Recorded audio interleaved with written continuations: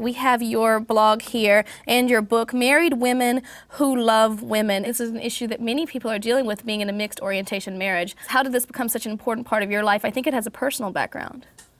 Yes, it does. I was married for 25 years. I was sitting across the table from my best friend, and I looked at her and I thought to myself, oh my God, I'm in love with this woman.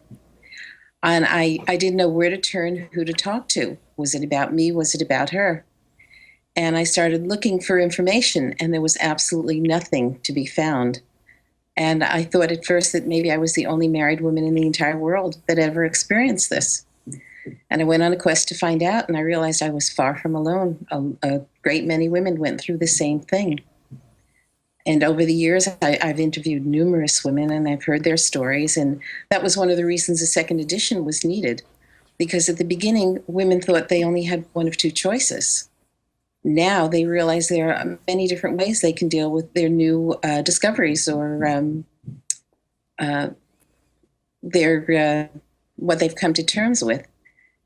And there are a lot of women that are redefining their relationships now, redefining their marriages. And different things work for different people. It depends on the variable. Everybody's story is different. One of the things I found in interviewing the women, one question I asked them all is, when you first realized you were attracted to another woman, was it a physical connection, an attraction, or was it an emotional attraction? And almost all who identified as lesbian said it was an emotional connection and the physical followed.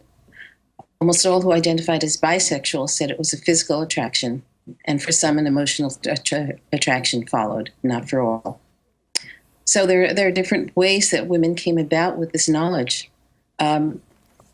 They talk about these mixed marriages now, and many times years ago, people married because they were expected to be accepted by church and family, to be accepted by their community, to have children, for economics. They didn't know there were other choices. Now, more choices are coming available to people as the internet has come into our lives. It's made it much easier for people to be who they really want to be.